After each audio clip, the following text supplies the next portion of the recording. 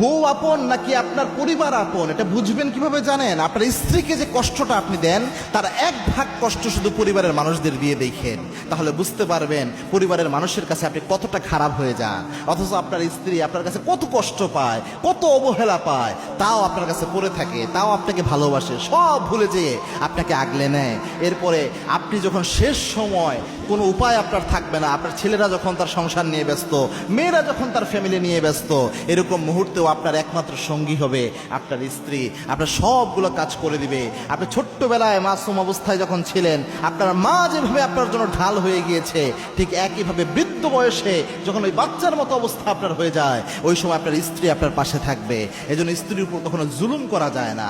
আল্লাহর হাবিব বলেছেন, এই জন্য খেয়ারুকুম লিনিসাইকুম, তোমাদের মধ্যে ওই পুরুষ আল্লাহর কাছে সেরা হয়ে যায় যেই পুরুষ তার স্ত্রীর কাছে সেরা হয়। এই কথা বলে আল্লাহর হাবিব বলতেন, আমি আমার স্ত্রীর কাছে সেরা। আবার আল্লাহর হাবিব এটাও বলেছেন, যেই নারী তার স্বামীর কাছে সেরা, ওই নারী আল্লাহর কাছে সেরা।